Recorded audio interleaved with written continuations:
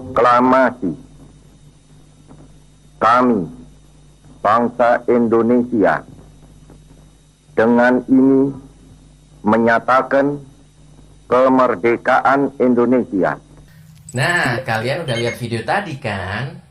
Yap, benar. Tadi adalah merupakan video proklamasi Republik Indonesia yang ada kaitannya dengan materi kita hari ini, yaitu Humas.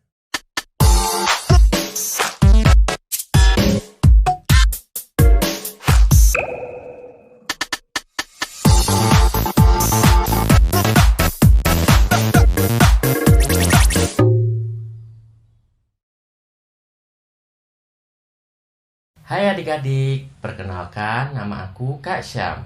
Kali ini kita akan belajar mengenai Public Relation atau Humas. Apa itu Public Relation?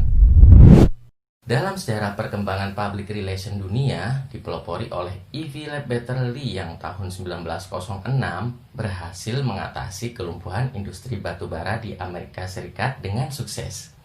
Saat terjadi kecelakaan kereta api yang menelan korban jiwa 50 orang, di mana ia mengeluarkan pernyataan kepada masyarakat waktu itu, yang kemudian dikenal dengan istilah press release. Kemudian Lee mengeluarkan Declaration of Principle sebagai pernyataan kepada publik tempat dia bekerja. Atas upayanya ini, ia diangkat sebagai the father of public relation. Perkembangan public relation sesungguhnya berhubungan dengan keberadaan manusia yang di dalamnya meliputi unsur-unsur memberikan informasi kepada masyarakat, mengajak masyarakat, serta mengintegrasikan masyarakat. Dan bagaimana pula perkembangan public relation di Indonesia? Humas di Indonesia mulai diakui pada tahun 1950 secara konseptual. Pada saat Indonesia mendapat pengakuan dari Kerajaan Belanda pada tanggal 27 Desember 1949. Kala itu Indonesia masih sangat muda dan tidak berpengalaman. Indonesia butuh bantuan secara materi dan moral dari seluruh dunia. Maka dari itu dunia harus mengetahui dan paham dengan kondisi Indonesia, sehingga dunia mau berempati pada Indonesia. Nah, dari sejarah tadi, tahukah kalian apa itu humas? Humas adalah usaha untuk mempengaruhi masyarakat melalui komunikasi secara timbal balik dalam rangka memperoleh kerjasama dalam upaya pencapaian tujuan perusahaan atau organisasi. Fungsi humas. Fungsi humas menurut Janalis Janait memiliki dua fungsi, yaitu fungsi konstruktif dan fungsi korektif. Fungsi konstruktif yaitu humas mendorong untuk membuat aktivitas atau kegiatan yang terencana, berkesinambungan, yang cenderung bersifat proaktif. Termasuk di sini humas bertindak secara preventif atau mengatasi. Fungsi korektif, humas dapat mengatasi terselesainya permasalahan yang terjadi dalam organisasi. Fungsi ini sama halnya dengan seorang yang sedang sakit. Apabila orang tersebut sedang sakit, maka dibutuhkan obat. Nah, pepatah mengatakan mencegah lebih baik daripada mengobati. Nah, selanjutnya akan dijelaskan oleh teman kakak yang bernama Boni. Silakan Boni. Terima kasih Kak Syam.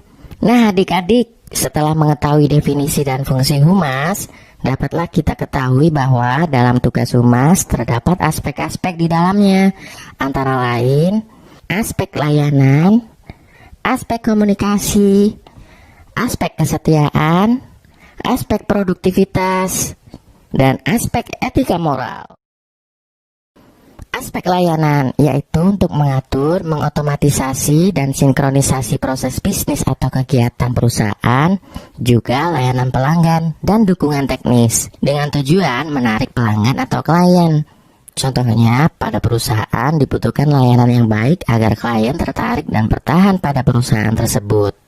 Aspek komunikasi yaitu perubahan dengan memasukkan aspek komunikasi atau hubungan dua arah atau two-way communication.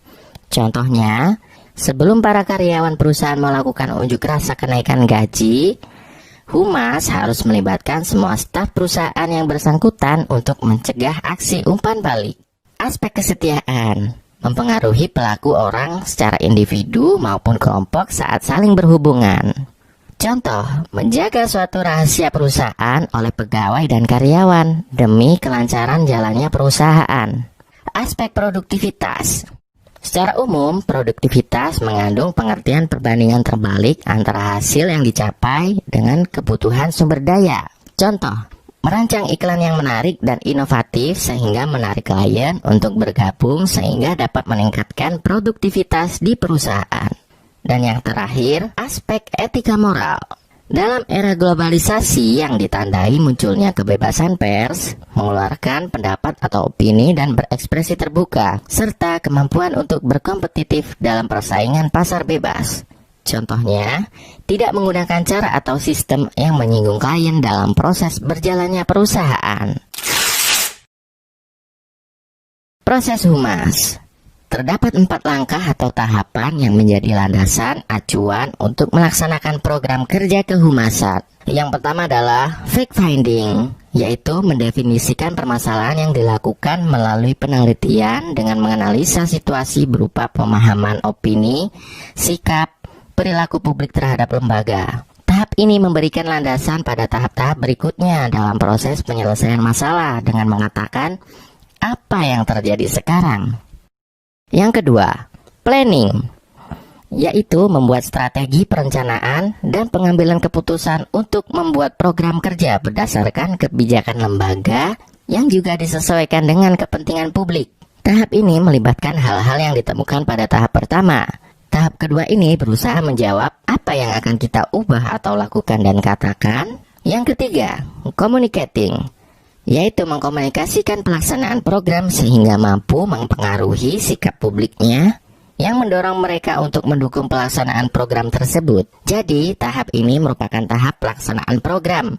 Pertanyaan dalam tahap ini adalah, siapa yang akan melakukan dan memberitahukan program ini serta kapan, di mana dan bagaimana? Dan yang terakhir adalah evaluating, yaitu tahap melakukan penilaian terhadap hasil-hasil pelaksanaan program dari perencanaan, pelaksanaan program, sampai keberhasilan atau kegagalan yang terjadi pada program tersebut. Manfaat humas. Menurut Frank Jeffkins, manfaat humas adalah yang pertama, manajemen krisis.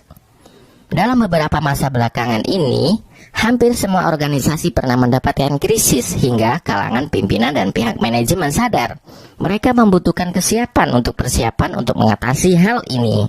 Oleh sebab itu, tiap organisasi harus membentuk tim manajemen krisis yang permanen.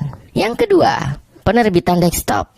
Sistem penerbitan desktop sebenarnya sangat bermanfaat, namun lebih membutuhkan operator yang mempunyai dedikasi dan waktu editor dibanding metode editing konvensional yang masih menggunakan kertas.